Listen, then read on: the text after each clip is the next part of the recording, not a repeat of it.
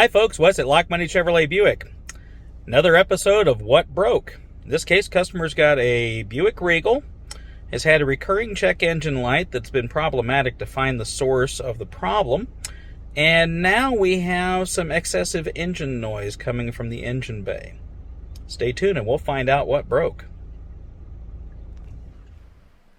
And here you see Slater at work on the repairs. He was able to diagnose the problem using not only the scan tool, but also a pressurized smoke machine that we have here at the dealership to help check for intake leaks.